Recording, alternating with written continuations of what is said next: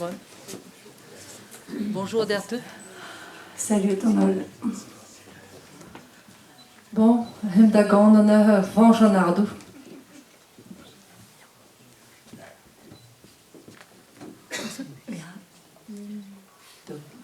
De tolmo pet a glewe, ur zon ewe, ur zon ika zo zawet, en brogerne, zawet potrik glorus, ur pot a giz newe, gant ardo morgelus en em baka sonde. Fentus e gwelet fanchik en gwelio breiz, gant evit en laspik faout den reiz, o gripot gwintret zon war ben e bon sin, dan dut fur gwal o hal on e roller da warzin. Ni vler oazo glaouierat gant loz o ouez, I var o azo gwiat gant pe bevez, maneg di graban o ul walan war I viz, sigalini heno e wel le gwirvo his. Son eus ket en da zonjel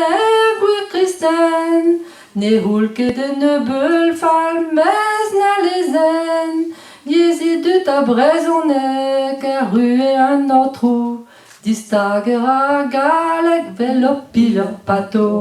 An deouz dreist a real zem e fenchik, marteze e poent jonjol klask ur oegik, war ur plaf pin vidig braz ur plar fur a gristen, a potra dolaz e choaz a kerken dioulen.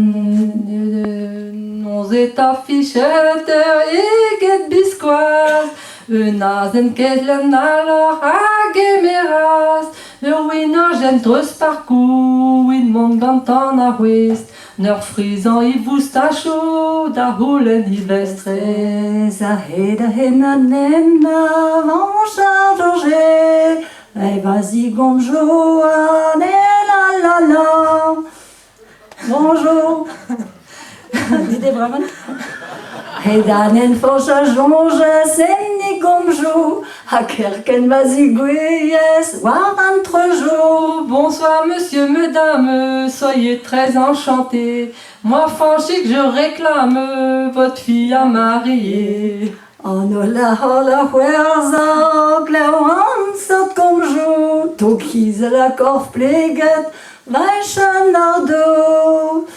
Eus kweskad an I vont na lun edo e fri, kreiz an ti hantas respond keren I zoz mari. On ben ur penadig a respontas, nor ko gwez pof kez Fanchik da bout ma gwaz, yez ma zut ma brezonek blij o hini, bir viken pa borgaleg na reno bas ma zi. Rok sonjel kad a ran an rom ma goulen, krenet un tom ma mignon oliviten, pe houezet mo pet ne beto a be a muor a fe, ouz pen e vef ur furor ez ar o deive.